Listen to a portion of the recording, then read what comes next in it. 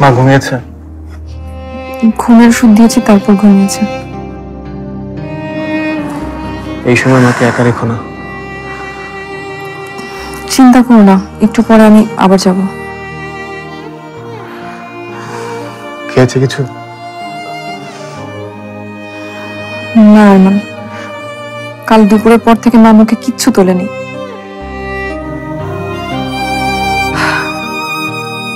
ভাবছি একটু স্যুপ করে নিয়ে যাব। আরমান, মায়ের মুখের দিকে আর তাকানো যাচ্ছে না। ঘুমের মধ্যেও একটু পর পর ইরফানের নাম ধরে চিৎকার করে উঠছে। ওসমান ভাই, এই মুহূর্তে কারোর সাথে কথা বলার বিন্দুমাত্র ইচ্ছা আমার নেই। আঙ্কেল, আপনি কিছু বলবেন?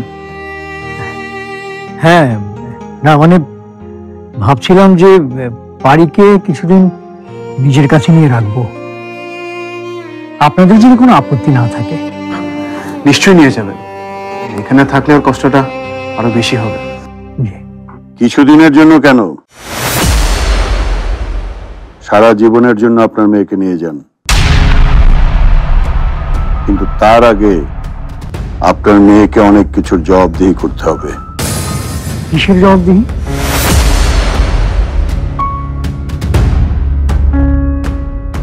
আমার ছেলেকে কেন মরতে হলো, এই প্রশ্নের উত্তর না দিয়ে আপনার মেয়ে কোথাও যেতে পারবে না।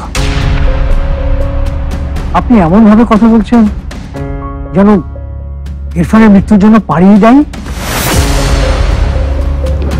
হ্যাঁ, ওই দায়ী। ওর কারণে ইরফানকে মরতে হয়েছে এবং এটাই সত্যি। আমি বুঝতে পারছি ওসমান ভাই, আপনার মনের অবস্থাটা খুবই খারাপ, কিন্তু এই কথাটা ভুলে গেলে চলবে না যে পারি তার জীবনের সবচেয়ে কাছের মানুষটিকে হারিয়েছে। জীবন সঙ্গে হারানোর কষ্ট যার যায় কেবল সেই বোঝে।